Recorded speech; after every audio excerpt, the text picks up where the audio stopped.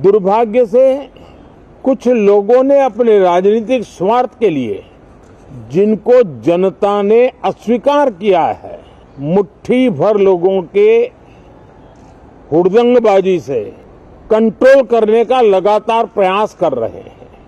कौन होलीगम है? उनके नजरों में उन्होंने जो मर्जी बोल दिया, महिलाओं के खिलाफ बोल दिए, सब हमारा गरिमा उतार दिए, पार्लियामेंट का गरिमा नहीं बच रहे। अब देश को बख्श ले। মহারাষ্ট্রে বিরাট জয়। 288টি বিধানসভার মহারাষ্ট্রে বিজেপির নেতৃত্বাধীন মহাজুতি জিতেছে 235টি আসনে। এই আবহেই সংসদে শুরু হলো শীতকালীন অধিবেশন। আর অধিবেশন শুরুর আগে ভাষণে ছত্রে ছত্রে বিরোধীদের তুলোধনা করলেন প্রধানমন্ত্রী। उनका अपना मकसद तो संसद की गतिविधि को रोकने से ज्यादा सफल नहीं होता है और देश की जनता उनके सारे व्यवहारों को काउंट करती है और जब समय आता है तो सजा भी देती है। लेकिन सबसे ज्यादा पीड़ा की बात यह है कि जो नए सांसद होते हैं, नए विचार, नई ऊर्जा लेकर के आते हैं और ये किसी एक दल में नहीं, सभी दल में आते हैं, उनके अधिकारों को कुछ लोग दबोच देते हैं। क्या बोलते हैं देश के प्रधानमंत्री? जीत में भी कोई मर्यादा नहीं, हार में तो बिल्कुल ही नहीं। क्या बात कर रहे हैं कि एक बंच ऑफ हूलिगन्स आए हैं पार्लियामेंट में। पार्लियामेंट में लोगों के इच्छा से आए हैं हम लोग, हम उनके मर्जी से आए हैं, इनकी मेहरबानी पे नहीं। और खबरदार जो ऐसे बात करे, शर्म करिए। মহারাষ্ট্রে বিজেপি নেতৃত্বাধীন জোট ক্ষমতায় এলেও ঝাড়খণ্ড দখলে গেছে বিরোধীদেরই।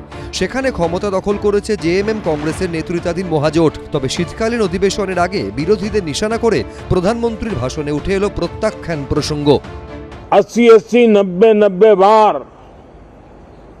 जनता ने जिनको लगातार नकार दिया है, वे न संसद में चर्चा होने देते हैं, न लोकतंत्र की भावना का सम्मान करते हैं, न ही वह लोगों की आकांक्षाओं का कोई महत्व समझते हैं, उनका उसके प्रति कोई दायित्व है वो कोई समझ पाते हैं। और उसका परिणाम है वो जनता की उम्मीदों पर कभी भी खरे नहीं उतरते हैं। देखिए, ऐसा है कि जिस पार्टी में वो खुद हैं प्रधानमंत्री जी, जनसंघ से लेके अब तक का सफर पूछिए उनसे, कितनी बार उनको रिजेक्ट किया है, कितनी बार उन लोगों की जमानतें जब्त हुई हैं। इसलिए सत्ता में आने का जो अहंकार होता है वो प्रधानमंत्री जी के सिर पे चढ़ के बोल रहा है, उससे उनको बचना चाहिए। আদানি ঘুষ বিতর্ক, ওয়াকফ বিল এবং মণিপুর, এই তিন ইস্যুতে শীতকালীন অধিবেশনে ঝড় ওঠার আভাস ছিল আগে থেকেই। এদিন অধিবেশনের শুরুতে জাতীয় সঙ্গীত শেষ হওয়া মাত্রই হইচই শুরু করে দেন বিরোধীরা। মাঝে স্পিকারের শোক প্রস্তাব পাঠ শেষ হতেই ফের শুরু হয় হট্টগোল।